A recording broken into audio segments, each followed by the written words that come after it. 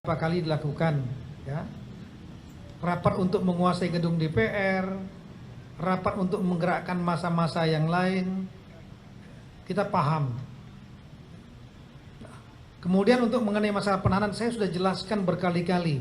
Waktu press release pertama pun sudah saya jelaskan bahwa untuk melakukan penahanan seseorang itu ada syarat dua, objektif dan subjektif. Syarat objektifnya adalah objek perkaranya telak itu dan mutlak memenuhi bukti-bukti yang sah sesuai 184 KUHP. Saya ulangi, 184 KUHP. Telak dan mutlak. Tapi rekan-rekan memahami pada saat gelar perkara kemarin saksi ahli terbelah. Dan sudah disampaikan dalam rilis gelar perkara yang disampaikan oleh Kabar Reskrim bahwa di kalangan 27 orang penyelidik pun terjadi dissenting opinion, perbedaan pendapat tentang apakah kasus ini pidana atau tidak. Tapi mayoritas dominan mengatakan pidana, sehingga akhirnya dinaikkan menjadi penyidikan dan sepakat nantinya menetapkan saudara Basuki Cahayapurnama sebagai tersangka, ya, dan setelah itu diproses hukum sesegera mungkin. Nah, yang kedua adalah faktor subjektif, yaitu kekhawatiran sesuai undang-undang KUHP. Kekhawatiran tersangka melarikan diri. Kita merasa bahwa tersangka cukup kooperatif saat ini, ya. Dia datang pada saat diperiksa pertama tanpa panggilan. Yang kedua dengan panggilan datang. Yang ketiga yang bersangkutan dalam proses sebagai cagup pada pilkada, kalau melarikan diri juga akan rugi sendiri. Tapi kita juga sudah mengantisipasi dengan melakukan pencegahan. Yang bersangkutan tidak boleh keluar negeri. Yang kedua, faktor subjektifnya adalah tidak adanya kekhawatiran tersangka menghilangkan barang bukti.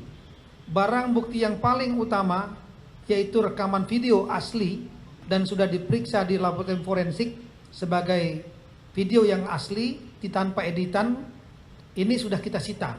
Jadi sudah cukup barang buktinya. Yang ketiga, tersangka akan mengulangi pidananya. Kami belum melihat adanya pengulangan pidana penodaan agama dalam oleh yang bersangkutan.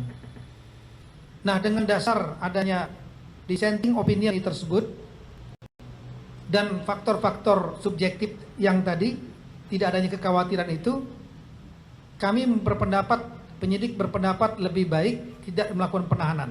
Kenapa? Karena penahanan itu mengandung risiko. Kita lihat kasus Jessica kemarin, di mana di kalangan penyidik juga terjadi ada dissenting meskipun tidak setajam kasus Basuki Cahayapurnama. Kemudian di kalangan kita lihat sendiri sidangnya, masyarakat juga mungkin terjadi perbedaan pendapat meskipun hakim kemudian memutuskan. Yang paling berisiko kalau seandainya terdakwa atau tersangka yang sudah ditahan itu bebas demi hukum, yang paling mengandung risiko adalah para penyidik dan penuntut umum yang sudah melakukan penahanan. Kenapa? Karena seandainya bebas murni, maka penyidik, penuntut umum dapat digugat, baik pidana maupun perdata, dapat digugat kita. Sebaliknya kalau kasus-kasus itu ternyata dinyatakan bersalah, tentu tidak akan digugat. Nah, kita melihat bahwa dari pertimbangan adanya dissenting perbedaan pendapat ini, di samping tidak ada kekhawatiran tiga hal tadi, maka lebih baik tidak menahan. Kalau nanti di pengadilan yang bersangkutan dinyatakan bebas, maka penyidik tidak akan bisa digugat, aman kita. Tapi kalau seandainya yang bersangkutan dinyatakan bersalah, proses hukum sudah kita laksanakan tanpa menahan, kita juga akan lebih aman. Saya pikir begitu. Terima kasih banyak. Assalamualaikum warahmatullahi wabarakatuh.